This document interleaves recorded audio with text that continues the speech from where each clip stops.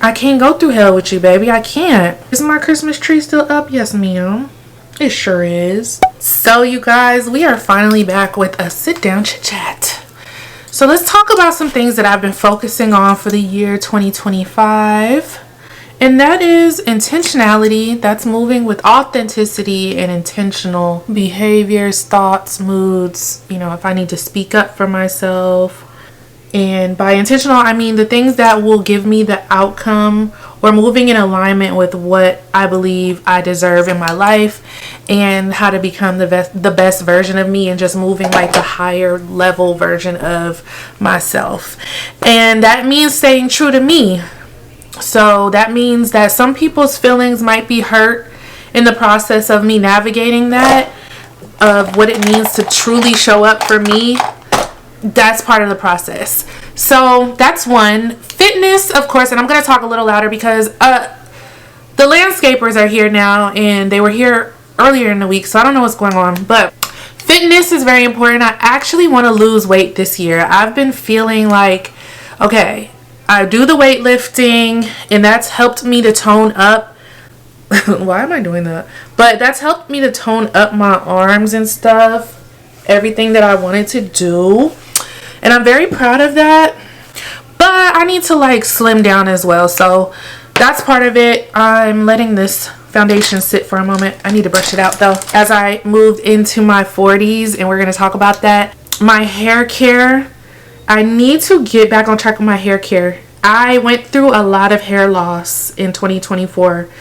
Probably a little bit before 2024, just because of the anemia, the low iron.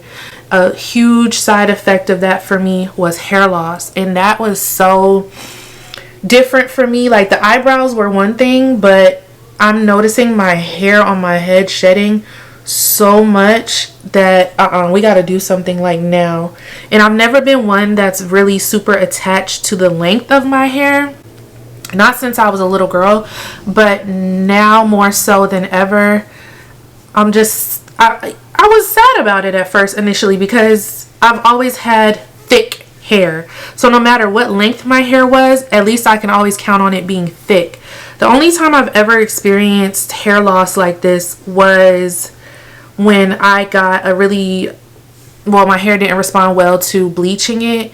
And even though I've bleached my hair crazy to gray, like I've gone the highest level of bleach you can go, and my hair didn't fall out. But this particular time my hair did not agree with the process, and it actually did start to fall out, and it got extremely damaged. And I went through that whole process when I was living in Charlotte, and I found an amazing stylist by the name of Angel Robinson. Follow her on all the socials. She is amazing. If you're dealing with hair loss, issues of the scalp, she's amazing. So she helped to restore my hair at that particular time, and I've never experienced anything like that except for then, I think. And so right now, as I look at my hair, there's a lot of thinness. There's an area right under here that I tried to conceal, but it is extremely bald right there. And there, right here, these two areas, you can see it. And then the overall density throughout my hair, it has thinned out extremely, like a lot. So I put two and two together, started doing a little research. That was in combination with my eyebrows falling out, hair on my body just not coming back, and I'm not complaining about that, but yeah. So I'm gonna focus on hair care a lot this year. You remember, like back in the day, I would go home on the weekend after a long week and look forward to a deep condition on my hair. Like, why don't we do the cholesterol and the hot oil treatments anymore? I noticed I completely stopped doing that stuff, so I got to get back into all that. So you'll see a lot of more hair care from me this year. And food and leisure I have here on my list. So I want to try different foods this year. I opened up my palate a lot these last couple of years, but I really want to deep dive into trying different cultures, different foods, even if I don't like them. Hell, just to say I experienced them, because I feel like, what is a true foodie if you don't open your palate more? So, and I feel like food is a it's a delicacy, you know. It's not something that everyone has access to, and it's something that I really treasure, and I love the art of food. So that's a couple of things. Let's go back into the boundaries. So I constantly find myself adjusting my boundaries, and you know what's really what's been really difficult is to know when when you need to adjust your boundaries for certain individuals. It doesn't matter how together someone seems like they are. So they might have their finances together, and you might look at them and say, wow, okay, this is the type of person I want to be around. Like, you don't want to be around people that mooch or are constantly like, oh, I need money, I need money, I need money. Like, that's just not something that I want to be around. Like, I'm not your friend to constantly be giving you money. Like, it's not that type of party. But I've met individuals that had more money than me. Not that I have, you know, I'm thankful for what I do have, but they had way more than me. When I say way more, and they were so sucky to be around. And not all the time, but majority of the time, I find that with my type of energy, and if you're someone who can relate to this, someone who is an empath, of course, it's hard to navigate friendships because you'll find people that siphon your energy, or you just seem to attract people that are going through like the worst part of their lives. And you know, people can't help that they have deaths in the family, catastrophic events have happened, etc., etc. But it's like at first it's all fine and dandy, and then once you get into the friendship, it's just like every day it's just like a dark cloud. And me, I'm someone who, I don't know if this has to do with my sign, but y'all know I'm a Gemini, and a lot of times I try to the world could be on, well, that's not a good terminology right now, but everything could be going to shit around me, but I still maintain like maybe like a toxic positive mindset, even if I don't like say things out loud like, oh, everything's just fine. Like in my mind, I know everything's going to be okay. Like I don't focus on how shitty things are, not for too long. I don't. And I know the effects of focusing on things that are not going well for too long. So it's like my mind won't let me. And so to be around people who kind of it just seems like their situation is not getting any better, or they're not taking the steps to get help, even though they have access to it, it's really bothersome to me. And sometimes, yeah, it just is. It's bothersome to me. You have all the resources to get help, but you refuse help. And instead, you think that your friends are, I don't know how to be that type of friend, y'all. I don't, because I know myself, and being around certain energies for too long affects me. It just does. So,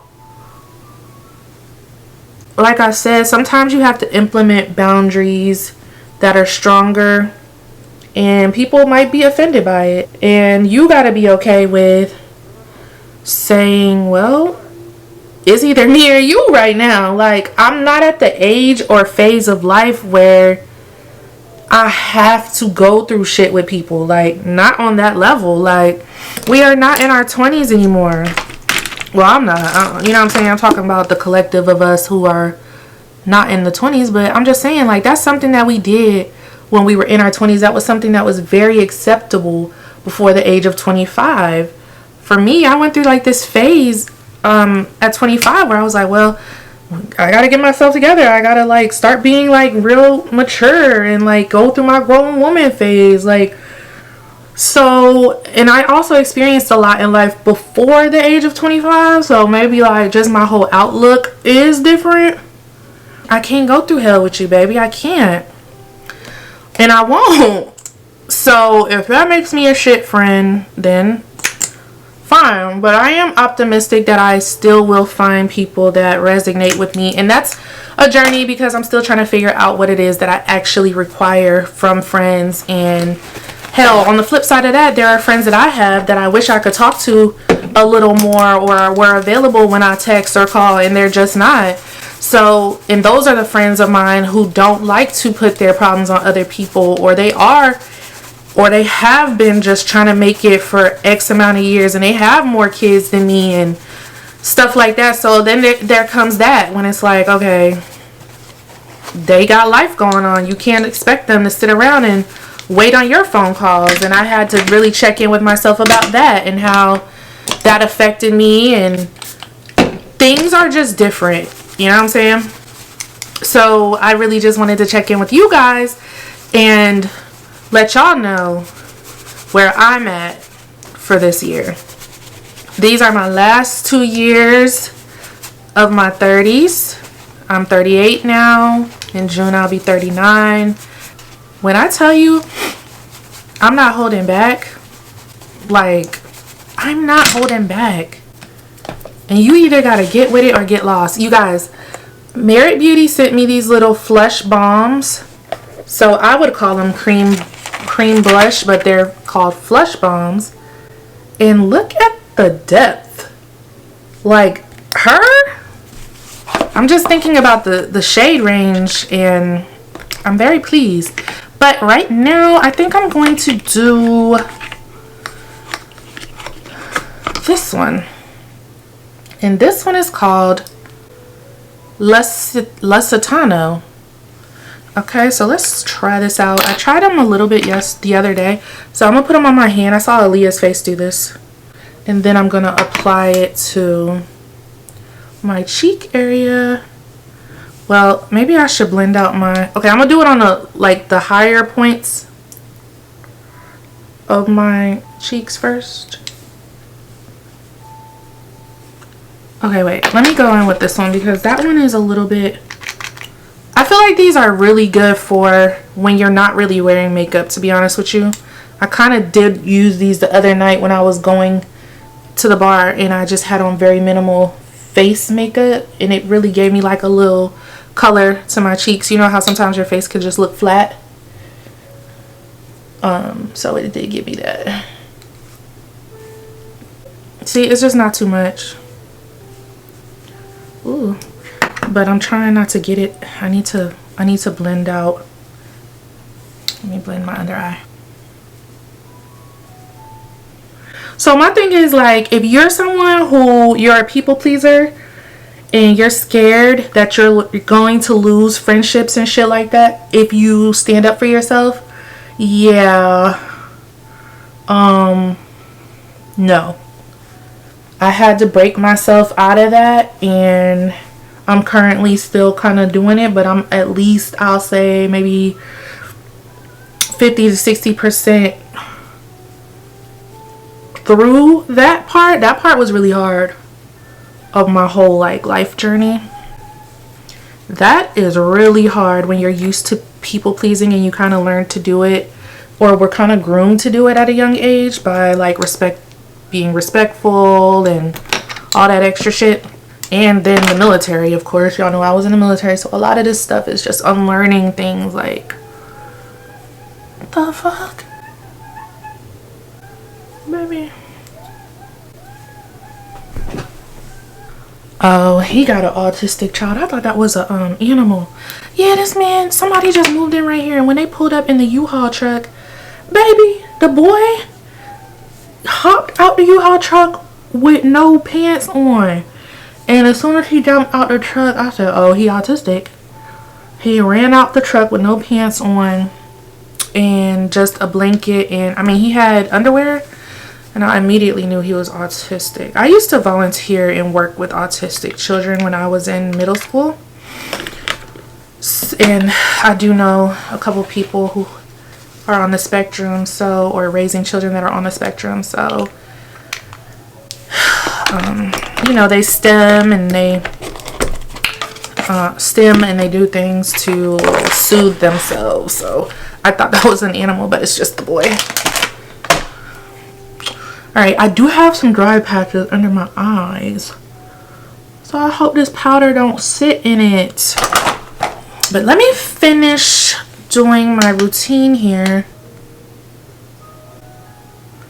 Yeah, I have like 3 eyelashes left. My lash artist went into labor and she had her baby. So congratulations to Deja for having her baby. Because I know you like to watch my videos, girl. And I have like 3 eyelashes left. So we got to put on some strips, which I totally forgot about. Shout out to the people though that don't people please, man. Y'all energy, y'all strength, because it's hard to stop people pleasing. It really is. Or to like stand up for yourself. Like, I know everybody thinks I'm this strong bitch, but your girl is a recovering people pleaser. That's why the fuck I have so many damn boundaries.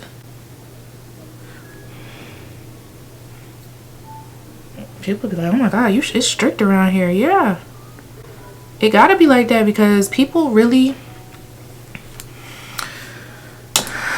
do too much. So I'm gonna go put my lashes on, I'm gonna bronze my face, and then we're gonna come back and close out. But let me know in the comments what y'all been dealing with this year, and what are some of your goals for the year if you care to share them. I feel like these type of things are things that we can share. The other things that I got in my head, I'm not sharing. Y'all just gonna have to watch. Okay, I got the lashes on. Okay, we're using this e.l.f. blush. This is a primary fused matte blush, and this is called Always Rosy, and this one is really cute, y'all, because if you think about the 90s and how the blush was, it was always like a peachy tone, and I think that is so cute. Like, I think peach tones are so cute for blush. I think all tones of blush are cute, but I like this especially for my tone.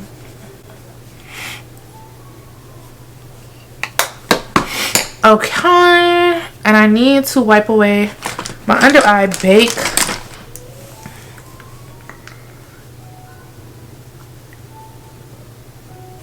Y'all, I gotta hydrate my skin. The dry patches are sending me.